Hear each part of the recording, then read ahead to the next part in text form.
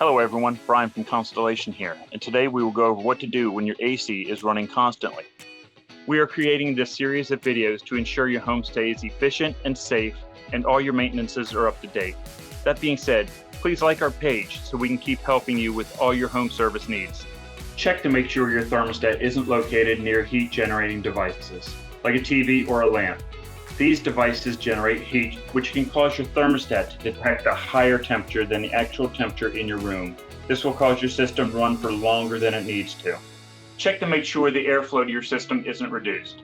This includes checking all the vents are open and not blocked by furniture or curtains.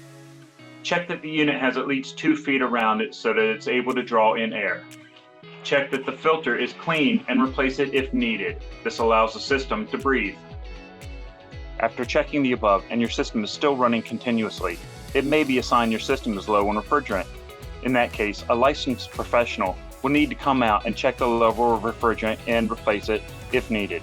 Give us a call and we can come out and check your system's refrigerant level and the overall health of your system. We hope you found this video useful. If you have any questions, please comment below or call Constellation directly.